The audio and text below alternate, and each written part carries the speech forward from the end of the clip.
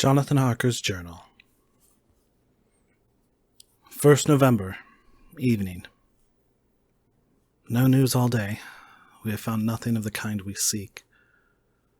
We have now passed into the Bistritza, and if we are wrong in our surmise, our chance is gone. We have overhauled every boat, big and little. Early this morning, one crew took us for a government boat and treated us accordingly. We saw in this a way of smoothing matters, so, at Fundu, where the Bistritza runs into the Sereth, we got a Romanian flag, which we now fly conspicuously. With every boat which we have overhauled since then, this trick has succeeded. We have had every deference shown to us, and not once any objection to whatever we choose to ask or do. Some of the Slovaks tell us that a big boat passed them, going at more than usual speed as she had a double crew on board. This was before they came to Fundu, so they could not tell us whether the boat turned into the Bistritza or continued on up the Sereth. At Fundu, we could not hear of any such boat, so she must have passed there in the night.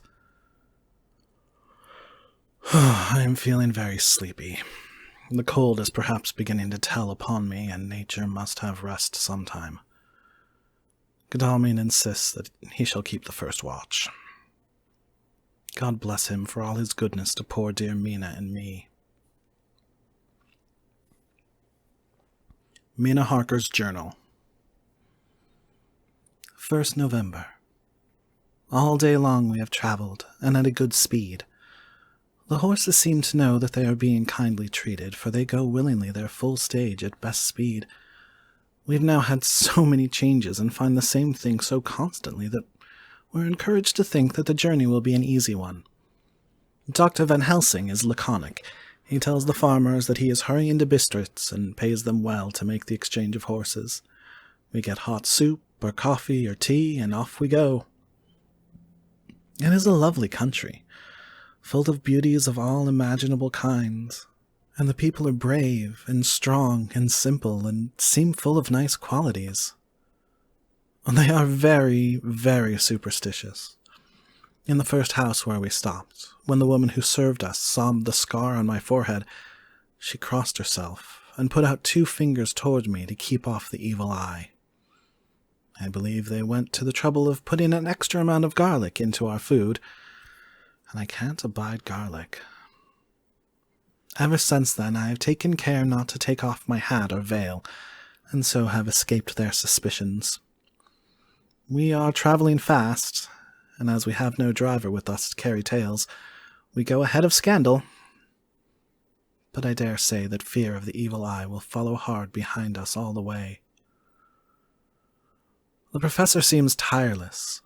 All day he would not take any rest, though he made me sleep for a long spell. At sunset time he hypnotized me, and he says that I answered as usual, darkness, lapping water, and creaking wood.